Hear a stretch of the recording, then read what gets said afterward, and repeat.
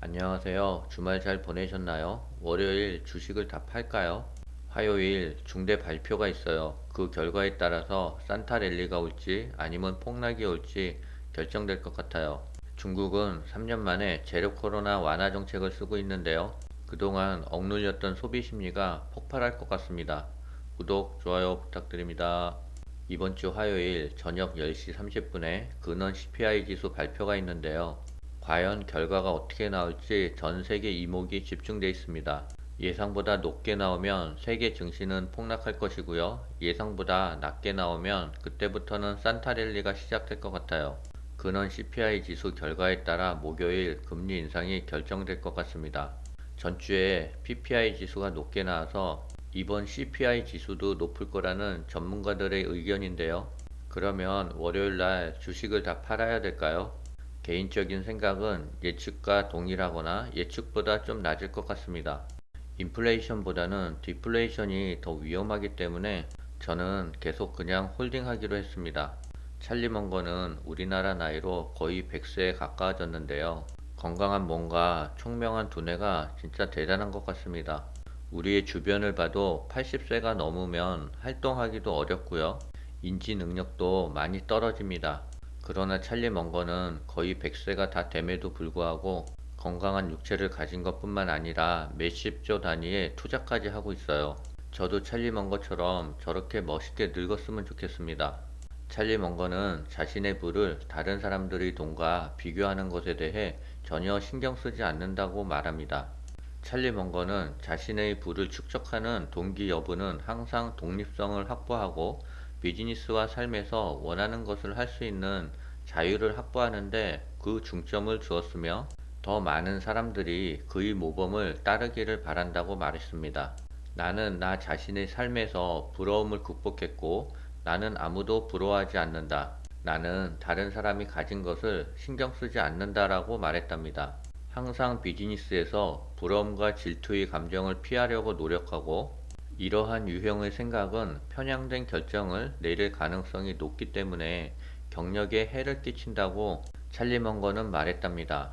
한국은행 보고서에 따르면 반도체 경기가 내년 한국 경제의 성장을 좌우하는 가장 큰 변수라는 판단이라는데요.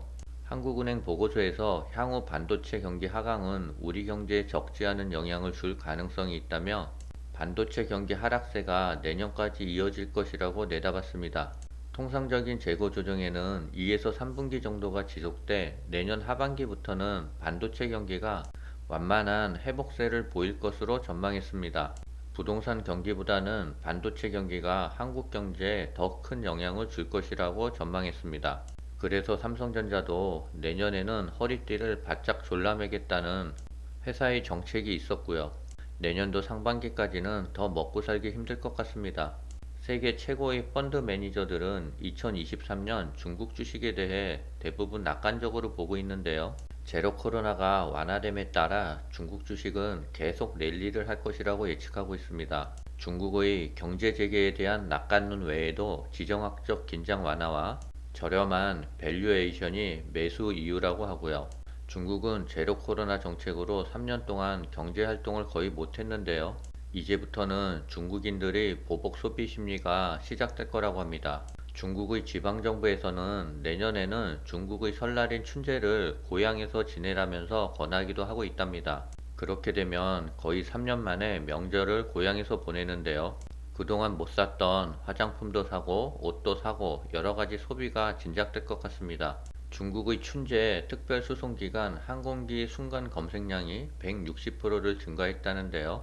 춘제 1일에서 5일 전 항공기 검색은 최근 3년 만에 최고치를 기록했답니다.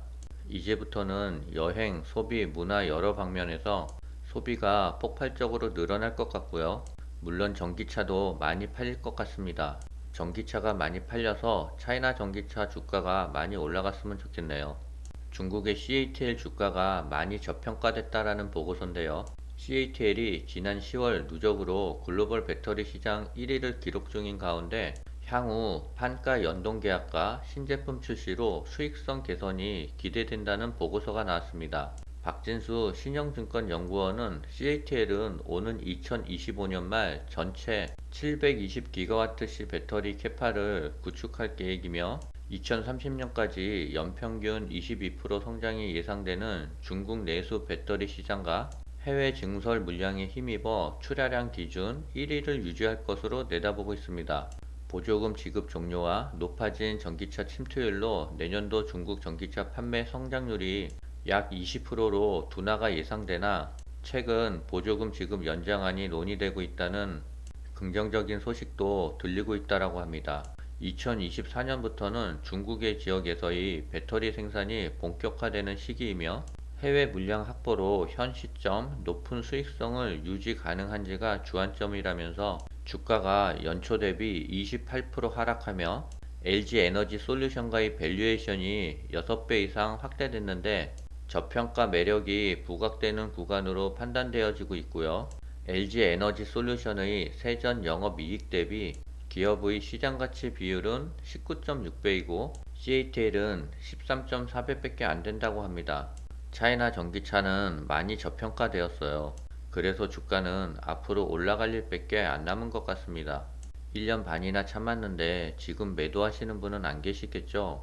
오늘은 여기까지입니다. 감사합니다.